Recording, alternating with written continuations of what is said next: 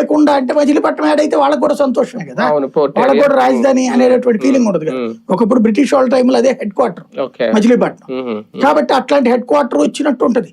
ఇటు Vijayawada commercial capital, ఇటు గుంటూరు అనేటటువంటిది ఇండస్ట్రియల్ క్యాపిటల్. ఓ రకంగా పత్తి మిర్చి ఇవన్నీ ఇక్కడే కదా ఇండస్ట్రీ. కృష్ణా జిల్లా కలెక్టరేట్ ఆఫీస్ ఎక్కడ ఉంటది? మచిలీపట్నంలోనే ఉంటది. కాబట్టి ఈ మూడింటిని కలిపి ఒక నగరం కింద నేను చేస్తాను, ఈ మూడింటిని కలిపి ఒక హైదరాబాద్ లాగా మారుస్తాను, ఒక బెంగళూరులో మారుస్తానన్న నిర్మాణాత్మక ప్రసంగం, నిర్మాణాత్మక ఉపన్యాసం లేదు. వాళ్ళ మాటకి దౌర్జన్యపూరితంగా వాళ్ళు దౌర్జన్యంగా మాట్లాడతారు, ఈయన దౌర్జన్యంగా సమాధానం చెప్తాడు.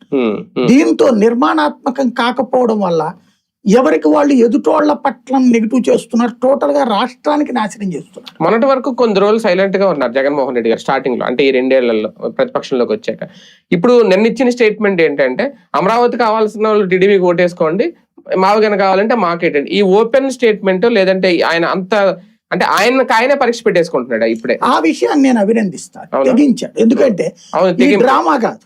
ఇప్పుడు చంద్రబాబు గారు మొన్నటి ఎన్నికలకు ముందు అమరావతి చేస్తానన్నది 29 గ్రామాలకు అన్నాడా? కాదు కదా. సిఆర్డీఏ పరిధానినే కదా జనం అందరూ భావించింది. విజయవాడ గుంటూరు వాళ్ళు ఎందుకు ఓటేశారు?